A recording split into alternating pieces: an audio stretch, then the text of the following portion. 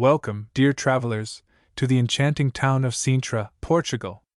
Get ready for a journey through time and fairy tales as we embark on a magical route through this picturesque destination.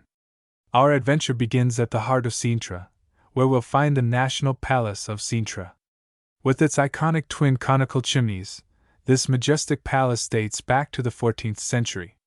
It served as the royal residence for centuries, and its rooms are adorned with intricate tiles, splendid frescoes, and luxurious furnishings. Legend has it that the kitchen's chimneys were built so high to avoid cooking smells disturbing the royal family. Can you imagine how many meals went up in smoke? Next up, we'll take a short stroll to the Quinta de Regalera, a UNESCO World Heritage Site. This mysterious palace and its lush gardens are straight out of a fantasy novel. Prepare to be amazed by the inverted tower, underground tunnels, and the magical initiation well. Don't worry, we won't throw you in there as part of the tour. But beware, the park's enigmatic symbolism might leave you questioning reality.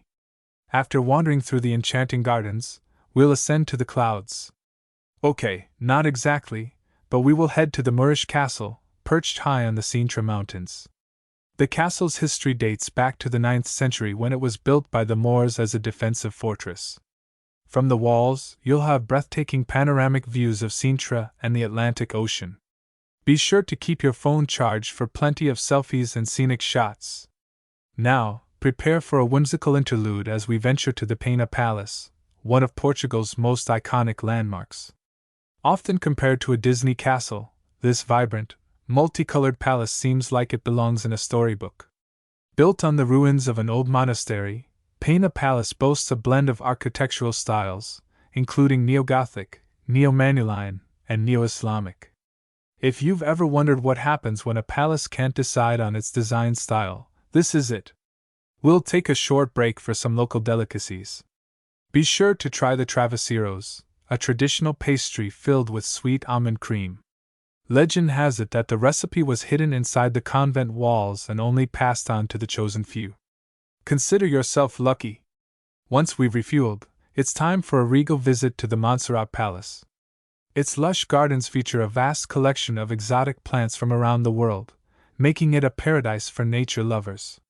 The palace itself is a perfect example of 19th century romantic architecture, designed as a summer residence for Sir Francis Cook. Just be grateful we aren't visiting during one of the garden parties he used to throw. Lastly, no visit to Sintra would be complete without a stop at the Capuchos Convent, also known as the Cork Convent. This unique place was built in the 16th century and is entirely covered in cork to protect it from the elements. The monks living here led a life of austerity, which led to the nickname, the Friars of the Cork Clothes. I guess wearing cork isn't just for sandals after all. As the sun sets on our adventure, I hope you've fallen under Sintra's spell and are taking home unforgettable memories. Thank you for joining me on this whimsical journey through history and fairy tales. Until we meet again, may your travels be filled with wonder and laughter.